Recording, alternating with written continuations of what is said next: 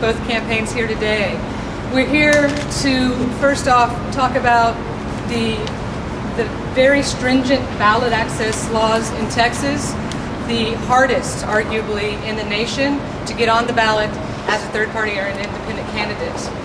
And because of that, we were forced, both of our campaigns were forced to only be able to join in today as a write-in campaign.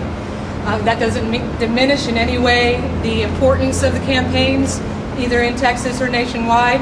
In fact, we're going to try harder than the rest of the campaigns to get the word out that now, today, as of today, in Texas, voters have more voices, so they have more choices.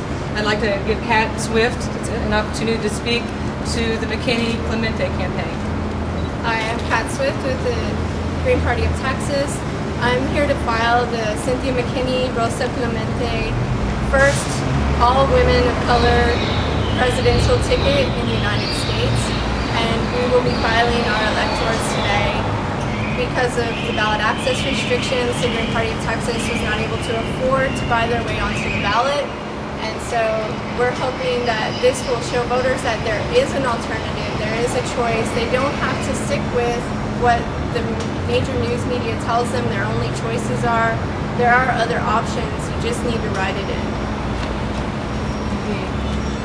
As far as the Nader campaign, we did strive in 2004 to get on the ballot. We ran a petition drive, and we're here 4 years ago turning in 84,000 signatures in hopes that our lawsuit would be successful and retroactively place us on the ballot after that deadline has passed, which is, of course, the earliest in the nation, and also imposes the almost the highest number of signatures required to get on.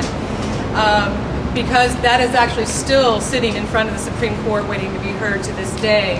But again, we couldn't afford to buy our way onto the ballot. It is a very expensive, hundreds of thousands of dollars proposition to be able to get on the ballot in Texas as a third party or an independent candidate.